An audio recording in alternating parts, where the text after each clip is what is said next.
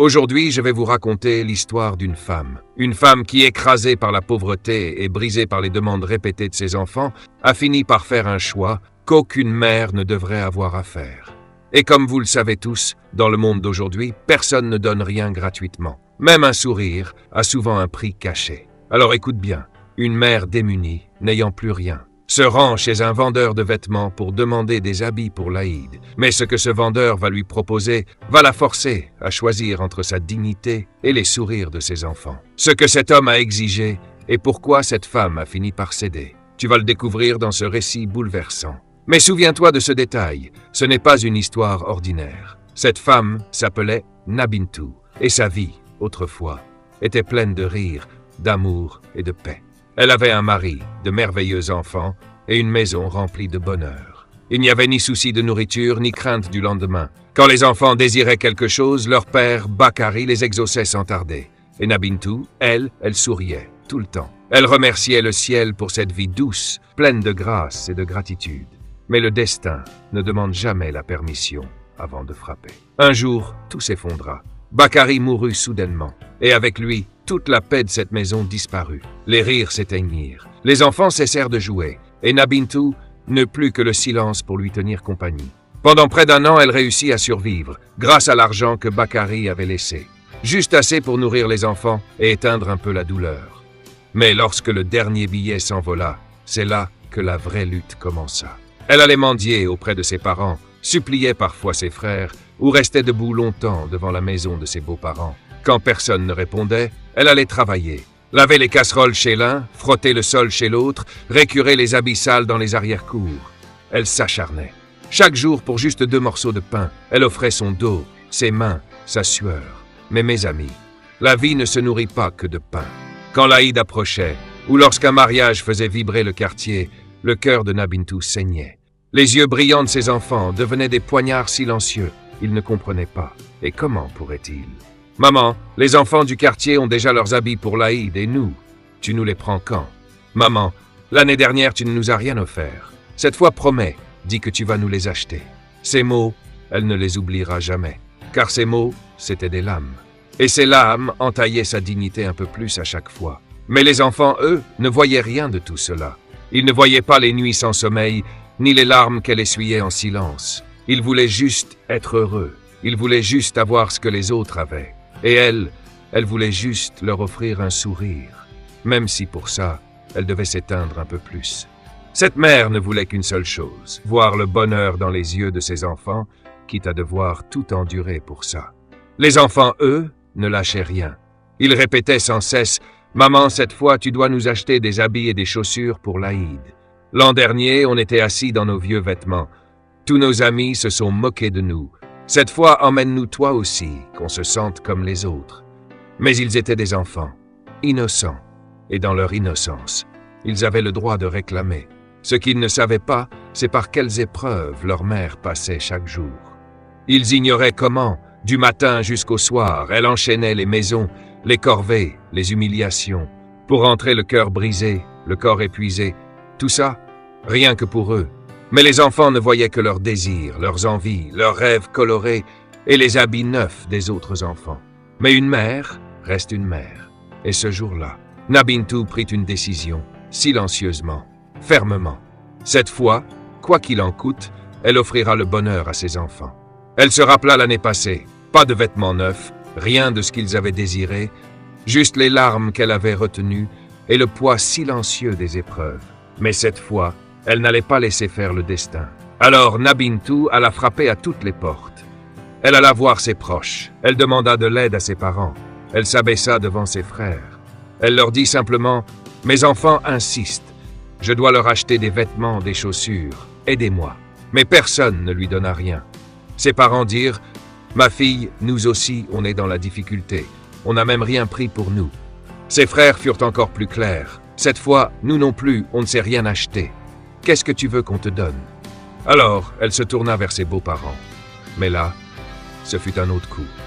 Ils lui dirent « Tu es seul maintenant, tu devrais te remarier, trouve un homme bien, il t'aidera, il s'occupera de toi et des enfants. » Ces mots firent trembler Nabintou. Peut-être qu'elle aurait pu accepter si elle n'avait pensé qu'à elle. Mais elle réfléchit. Un homme qui n'a pas donné naissance à mes enfants, comment pourrait-il les aimer comme les siens? Peut-être qu'il me rendra heureuse. À eux, il ne pourra jamais offrir la tendresse qu'ils ont connue avec leur père. Et à cet instant précis, non, elle ne se remarierait pas. Elle endurerait chaque souffrance, chaque manque, chaque nuit sans sommeil. Mais jamais, jamais, elle ne laisserait ses enfants dépendre d'un beau-père. En sortant de chez eux, le soleil brûlait au-dessus de sa tête. Mais dans son cœur, c'était un autre feu qui brûlait. Elle se demandait, où aller maintenant? À qui demander? Qui m'aidera? Chaque visage croisé dans la rue semblait étranger. Chaque porte semblait fermée. Et dans sa tête, un seul et même murmure revenait. Pour le bonheur de mes enfants, dois-je vendre ma dignité? Mais à l'instant même où cette pensée s'imposa, elle secoua la tête. Non, elle ne pouvait pas. Mais, et si aucune autre option ne restait? Ce doute la rongeait. Son regard se baissait, sa force la quittait. Elle se sentait acculée, piégée, dos au mur. Plus d'argent, des enfants en larmes, et aucune issue. Alors elle commença à envisager une nouvelle voie, une possibilité qu'elle avait toujours rejetée. Et c'est à partir de ce moment précis que son histoire a pris un tournant décisif. Elle pensa, si c'est pour le bonheur de mes enfants, peut-être que même le mariage, je pourrais envisager. Et pourtant, c'est pas ce chemin qu'elle allait emprunter. Un autre choix bien plus douloureux l'attendait. Mais il ne restait plus que 2 jours avant l'Aïd. Et qui se marierait en si peu de temps? Même ceux qui acceptent un mariage le fixent après l'Aïd. Mais les enfants, eux, voulaient être heureux le jour même. Ce chemin-là aussi venait de se refermer. Nabintou rentra chez elle, le cœur brisé, les mains vides, les yeux remplis de larmes. Elle s'assit en silence, la tête posée sur ses genoux, et ne cessait de se répéter « Que faire? Où aller? Qui va m'aider ?» Soudain, elle se souvint des paroles de sa voisine, Fatouma. Quelques jours plus tôt, Fatouma lui avait parlé d'un homme qui donnait des vêtements à crédit. Il donnait les habits tout de suite et récupérait l'argent plus tard. Fatouma avait dit « Il ne fait pas de problème, tant que tu respectes les conditions. » Et là, dans les yeux de Nabintou, brilla une lueur, une dernière étincelle d'espoir. Elle sentit son cœur rassembler ses dernières forces. Le visage de ses enfants lui revint en mémoire. Et de son cœur sortit une prière. « Ô Allah, si c'est le bon chemin, facilite-le, mais s'il mène à l'humiliation, écarte-le de moi. » Avec cette dernière espérance, elle frappa à la porte de Fatouma. Elle lui dit « Ma sœur, ce commerçant, celui qui vend à crédit, où puis-je le trouver? Je veux acheter des vêtements pour mes enfants. » Fatouma lui donna le nom, l'adresse, tout. Mais elle ajouta une chose « Écoute bien, cet homme est un peu étrange. Il a ses propres conditions et tout le monde n'arrive pas à les accepter. » Nabintou, surprise, répondit « Quelles conditions? Je veux juste des habits pour mes enfants. Je ne fais rien de mal. Je ne peux rien te garantir. Va voir par toi-même. Si ça te semble raisonnable, prends. Sinon, reviens les mains vides. » Nabintou, dans son cœur, se fit une promesse. « Je ne ferai jamais rien de mal. Si c'est honnête, je prends. Sinon, je m'en irai. » Le lendemain, Nabintou se rendit à cette fameuse boutique. Le vendeur, comme tous les autres, sortait les habits un à un pour les lui montrer. Mais Nabintou le coupa net. « Attendez, avant de me montrer quoi que ce soit, écoutez-moi. Je n'ai pas d'argent sur moi. J'ai entendu dire que vous vendez à crédit. » Le vendeur lui sourit. « Oui, ma sœur, on vend à crédit, mais les prix sont un peu plus élevés et on ne donne rien sans condition. Beaucoup de gens prennent les habits et ne reviennent jamais. » Nabintou répondit. « Alors dites-moi quelles sont vos conditions. S'il faut signer quelque chose, je le ferai. » Mais à cet instant, le ton du vendeur changea légèrement. Il se pencha vers elle et demanda « Est-ce que tu sais lire et écrire ?» Elle répondit calmement « Oui, un peu. » Alors il sortit un livre de sous sa table et dit « Toutes nos conditions sont écrites ici. Lis-les tranquillement. Si tu es d'accord, tu auras les vêtements. Mais si quelque chose te déplaît, tu partiras en silence, sans discuter. » Nabintou dit « Très bien, je vais lire. » Elle ouvrit le livre et commença à lire lentement. Mais dès la première condition, ses mains commencèrent à trembler. Il y était écrit « Toute femme qui veut des habits à crédit doit d'abord se tenir complètement nue devant nous, sans voile, sans vêtements. Rien.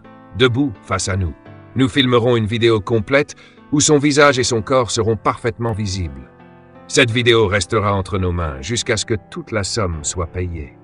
Et si elle ne paye pas à temps, ou si elle refuse de payer en cours de route, Alors cette vidéo sera postée sur un site obscène. L'argent généré par cette vidéo sera comptabilisé comme remboursement de la dette. C'est notre première règle ici, et elle est non négociable. Ce que Nabintu lisait allait changer sa vie pour toujours. Elle était entrée dans cette boutique pour offrir le bonheur, et elle se retrouvait face à un chantage impensable. Toute femme qui veut des vêtements à crédit doit d'abord déposer son honneur en garantie. En lisant cette phrase, le cœur de Nabintu se figea. Ses mains tremblaient et le livre manqua de lui glisser des doigts. Puis elle lut la deuxième condition, et cette fois, le sol sembla se dérober sous ses pieds. Si vous refusez la première condition, alors vous devrez établir une relation intime avec nous. Chaque fois que nous appelons, chaque fois que nous vous convoquons, vous devrez venir immédiatement. Et ce ne sera pas une seule fois. Cela continuera jusqu'à ce que l'intégralité du crédit soit remboursée. Et si vous cessez de venir, nous diffuserons la première vidéo que nous avons filmée ou nous déposerons une fausse plainte contre vous à la police. En lisant cela, le visage de Nabintu devint livide. Elle ne sentait plus son souffle. Sa poitrine semblait se refermer. Puis vint la troisième condition. Si vous refusez les deux premières, alors vous devez nous signer un acte officiel. Dans cet acte, vous confirmerez que la maison dans laquelle vous vivez, si elle est à votre nom, nous avons le droit légal de la revendiquer. Et si vous ne payez pas à temps, nous pourrons vendre la maison en toute légalité et récupérer notre argent. Ce document aura valeur juridique. Et même si vous changez d'avis ensuite, vos signatures suffiront à nous donner gain de cause. Ces trois conditions n'étaient pas une exception. C'était la politique officielle du magasin. Chaque femme qui voulait des vêtements à crédit devait forcément passer par là. Nabintu, les yeux fatigués, lut jusqu'au bout. Ses mains tremblaient toujours. Mais dans son cœur, une chose était certaine. Je ne céderai ni à la première, ni à la deuxième condition. Je suis une femme honorable. Elle pensa, peut-être que je pourrais envisager la troisième si la maison m'appartenait. Mais aussitôt, un souvenir la frappa. Elle ne possédait rien. Elle vivait dans une maison en location et un logement en location. Ça ne peut pas être mis en garantie. En pensant à cela, elle referma le livre, le déposa calmement sur la table du commerçant, sans un mot, sans un cri, sans une insulte. Et qu'elle sortit, le cœur lourd, les yeux remplis de honte, les jambes tremblantes. Elle était entrée là avec de l'espoir, et elle ressortait avec de la peur, de l'humiliation et du désespoir. Mais à peine eut-elle franchi la porte qu'elle aperçut une autre boutique, juste en face. Devant, un autre vendeur l'observait depuis un moment. Il avait tout vu, tout compris. Cet homme savait exactement comment ce premier commerçant opérait, comment il piégeait les femmes démunies pour assouvir ses pulsions. Mais ce deuxième vendeur n'était pas comme lui. C'était un homme pieux, un homme d'Allah. Et dans son cœur, il se dit, cette femme ne cherche rien de mal, elle est juste brisée par la nécessité. Si je ne l'aide pas maintenant, peut-être qu'elle finira par s'effondrer. Alors il l'appela doucement. Ma sœur, si tu veux des vêtements, tu peux venir dans ma boutique. Nabintu, déjà sur le départ, répondit aussitôt, frère, je n'ai pas d'argent. J'étais venu pour acheter à crédit. L'homme sourit et dit, tu peux payer plus tard. Ce qui compte, c'est le sourire de tes enfants. En entendant ces mots, le cœur de Nabintu se mit à trembler. Instantanément, elle revit le visage du premier vendeur. Elle revit toutes les conditions, tous les pièges, toutes les humiliations. Alors elle dit en paniquant, « Frère, je ne peux pas accepter ces conditions. Je suis très démuni, mais je ne peux pas. » C'est tout ce que Nabintu réussit à murmurer. Le vendeur pieux, avec douceur, lui répondit, « Ma sœur, je n'ai aucune condition. Pas de vidéo, pas de contact physique, pas de signature. Quand Allah te donnera de l'argent, tu me le rendras. Aucune pression, aucune obligation. » Mais malgré ces paroles, le cœur de Nabintu était figé par la peur. Elle avait été trop brisée, trop salie, et son âme refusait de croire, même en la bonté. Sa voix tremblante s'éleva à peine. « Non, frère, je ne veux rien. Merci. » Le vendeur la regarda. Il avait tout compris. Alors il dit doucement, « Je suis en plein jeûne. Je ne peux pas mentir. Je ne te trahirai pas. Je n'ai aucune mauvaise intention. Je veux juste aider, pour l'amour d'Allah. » Mais Nabintu ne s'arrêta pas. Elle ne répondit pas. Elle tourna simplement les talons et partit en hâte. L'homme la regarda s'éloigner. Il comprit tout de suite. Cette femme était digne, et elle n'était plus en état de faire confiance à qui que ce soit. Il resta un moment devant sa boutique, le cœur agité, quelque chose en lui, une voix intérieure, lui murmurait « Elle ne demandera plus d'aide. mais son silence en dit long. Alors, il commença à la suivre, à distance, sans un mot, sans se faire remarquer. Il voulait juste savoir où elle vivait pour pouvoir l'aider, en secret. En chemin, il ne fit qu'une seule prière. « Oh Allah, si mon intention est sincère, donne-moi la force de porter une part de son fardeau. Accorde-moi la chance de l'aider, avec respect, avec dignité, sans parole, mais avec le cœur. » Il observa sa maison, puis il s'en retourna. Mais ce n'était pas fini.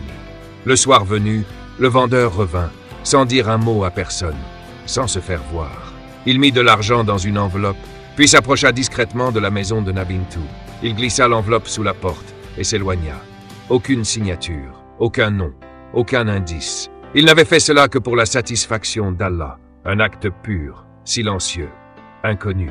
Cette nuit-là, Nabintou s'installa en silence sur son tapis de prière. Son cœur était en désordre, ses yeux pleins de larmes, sa bouche sans mots, mais son âme criait. Alors elle s'inclina, et dans un murmure tremblant, elle commença à supplier. « Ô mon Allah, toi seul sais dans quelle situation je suis. Tu sais que je n'ai jamais demandé à personne, jamais pleuré devant un être humain. Je suis venu uniquement à ta porte, car toi, tu vois tout.